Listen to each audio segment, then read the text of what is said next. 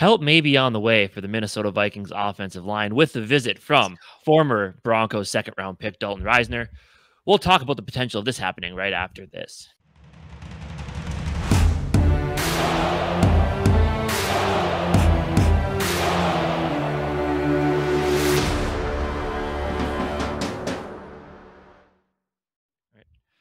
Before we get into talking about Dalton Risner, I just want to ask you guys, if you enjoy what you see here, don't forget to hit the like button, hit the subscribe button if you haven't already, and as well as ring that notification bell, get updates when we post our videos so you don't miss any of the content we have rolling on here as we get closer to the regular season. As we mentioned before we started here, Dalton Risner is coming in for a visit with the Minnesota Vikings. He was obviously one of the free agents that a lot of Vikings fans were looking at, thinking he could come here, he could help out. Our offensive line, very iffy. And it's been iffy and a problem for a very long time, especially in the middle. I mean, right, at tackle, specifically in the middle, right? At tackle with Christian Darrisaw and Brian O'Neill were set, but when it comes to the middle of the offensive line, it's a problem. Especially, I feel like we're talking about this a lot as of late, especially after watching the quarterback documentary. And it didn't take just that documentary for us Vikings fans, for sure, to know what Kirk Cousins went through behind that offensive line. Right.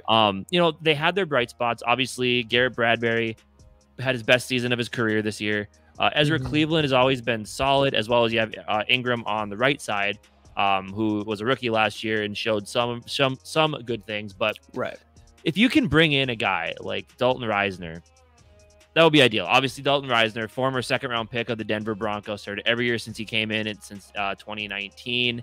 Kind of odd that he's been out there for this long, but the fact that he is, and the fact that Kwesi's bringing him in for a visit, it makes you think that this is a serious thought about signing him. I mean, Danielle Hunter's done, and now let's help that offensive line, and this would be huge. Yeah. First, I want to say is, after like 2 months of just nothing to talk about, all of a sudden Danielle Hunter signs, first padded practice, which Jordan Addison is looking good, by the way. The Risner potentially coming to the Vikings, and then Kirk Cousins, number 42. So there's just a bunch of things in a short period of time after I have nothing to talk about. But getting a guy like this, someone who has been a very, very, very solid pass protector, after all the stuff we heard about or saw about Kirk Cousins, like you said, with the quarterback's documentary. And we obviously knew as Viking fans that our left and right tackle position is pretty much set for the future, cornerstone for the future. And it's just been our interior O-line that anybody's been worried about. And we need bodies there. And going back to Cleveland and Ingram, you know, assuming Ingram, this is his second year, he did show promise his rookie year, especially at the end of the year. My guess, if we did bring Risner in, it probably would be specifically between a battle between him and Cleveland, I think, at this point, because you know, you're kind of banking on Ingram improving this year. And I think if you let him sit, or you let that be a battle, you know, Ingram might not progress the way you want to, where Cleveland is on. I mean, we've seen enough of Cleveland. This is kind of the year where I think most Viking fans are like, all right, this is last year's contract as well. So a lot of Viking fans are going to say, like, this is kind of make or break it year for Cleveland. Right. Is he? I mean, he came in as a left tackle, I believe, but a tackle anyways. So he's been playing out of position. As Viking fans, we've kind of thought like he's just playing out of his position. He needs to be a tackle. Guard's not where he's supposed to play. So you think if we get Risner, it's going to be a competition between him and Ezra Cleveland. And I like Cleveland, and I'm rooting for him, and I'm hoping he can come in and take that step forward, and because he does have the talent and athleticism. But at the very least, if you bring a guy like Risner in, I think it's totally fair to put some competition out there for Cleveland. I wouldn't be surprised if Risner does take that, as he's supposed to. He's a natural guard, and he's a better pass protector. And we're going to dive into some PFF stats pretty quick here. But at the end of the day, like, we want Kirk Cousins to stay upright. And if we can get a guy like him, it really could solidify our offensive line, especially if we do see that progression from Ingram, as we hope. Yeah, absolutely. So yeah, anyway, like you said, PFF stats. Let's jump right into those. First off, though, this news was first reported by Jeremy Fowler. Dalton Risner, the top free agent guard on the market, is making a visit to the Vikings. Again, huge. So yeah, let's jump into some of those stats here. So Dalton Risner, this was from the 2022 regular season, 967 offensive snaps played, only 1 penalty and 3 sacks allowed. If you look at the overall, the 61.1 isn't great, and neither is that 53.4 run blocking grade, but the 72.6 pass blocking grade is the one thing when I first saw this, that is exactly where I wanted to start with this. I mean, good size, 6'5", 312. It's fantastic, but that pass blocking, and that is one thing that you are kind of missing when it comes to Ezra Cleveland. We'll kind of jump into what he had going on here last season. I paid a few more snaps, 1,134. He had 5 penalties and allowed 5 sacks. In the 53.2 pass blocking grade. And as you mentioned, with him being a tackle, and that's kind of been my main concern with Cleveland. Now with Cleveland, he's a solid offensive lineman, right? Like you don't hear his name a lot. He doesn't make a ton of mistakes. But this last season, with the switch to a more pass happy offense, that's where I really felt like he was. He was playing out of place to begin with, but I felt like he was really out of place in this type of an offense. Like under Zimmer, look at that, like an 80.3 run blocking grade. Like that's fantastic. Right. And that has been something he was in a Zimmer, the way that Zimmer wanted to run offenses back before 2022 with like the Kubiak style offense where run the ball, and throw off the run. He's a perfect guard for that scenario. But when you need to go into a more pass happy offense, he just doesn't have the anchor to be a solid guard in this type of an offense. Yes. But if you go back to Risner, the 72.6 grade, almost 20 points above where Cleveland was, that's huge. And with a Kevin O'Connell offense with Justin Jefferson, TJ Hawkinson, Jordan Addison, all these guys in the pass game, potentially Jalen Naylor, and let's not forget about KJ Osborne. We need a guy who's going to be better in a pass blocking scenario. And Dalton Risner is that dude. And like you said, as much as I love Ezra Cleveland, he needs to go somewhere and be a tackle. Like this type of offense will not suit him for playing guard, unfortunately.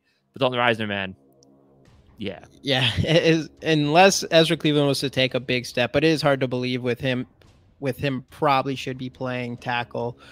And like you said, I mean, you make a great point. Like with us being more of a pass heavy offense now, it makes sense to have more of them kind of, because I feel like a lot of our offensive linemen, especially in the Zimmer time, obviously because he was a run first type of coach, but it's always a run blocking, and it seems like we've just always been bad with pass blocking. So I do think if with this offense, with KOC as the head coach and Kirk Cousins and everyone you have on offense, it makes sense to put more pass blocking types of guys in there. And then plus, I mean, you bring him in, I mean, maybe I know it's so close. It's training camp. We're in training camp. It's getting close to the season. So I don't know how you would do this, but maybe you bring him in there and there's a chance, you pretty much plug him into Ezra Cleveland's spot and you let Cleveland go back to tackle. And now you might have some pretty good talent there behind Brian O'Neill and Darisoff, one of them go down, because so far, I mean, last year, both of them kind of had their own little injury stuff going on. And we saw potential, like we moved Udo from guard to tackle, and we've seen him benefit from that as well. But we think Cleveland could go over there and probably even be better than Udo could. And he could potentially be a high end backup at the tackle spot if Cleveland, if Risner came in and you did have a battle. I don't know if you'd even want to battle. You might just let Risner sit in that spot and move Cleveland right away. So you have time for him to get ready for the season at that spot as well. So it'll be interesting, man. Or do you look for a scenario where someone needs a tackle and you trade Ezra Cleveland? I mean, because people say if he can play guard at the level that he played the last few seasons, which was solid, just imagine what he could do at a position he's meant for, a tackle, where you need to be a little quicker like he is, and you need to have a good anchor, but you don't need to have as good of an anchor as you do right in the middle, because you're not dealing with the 350-pound bullies there. You're dealing with more athletic guys, and Ezra Cleveland's I would say he's more of an athlete than Dalton Risner is, just because of he's a little slimmer, a little more nimble. So a team that has an injury at left tackle and needs a solid player, there you go. You could trade Ezra Cleveland, you get something for him, and then bring in Risner, plug him into that left guard spot, and then you're sitting there looking at 3 really highly drafted guys, and Bradbury is highly drafted as well. And who knows, maybe if you get Ingram to take that next step, put him with Risner, that could help Garrett Bradbury up the middle even more. Yeah, exactly. And it's just at the end of the day, it's just going to be, it would be nice to just have someone in there to compete. Exactly. Like a real competition, that if whoever wins, I mean, we feel good going into the season.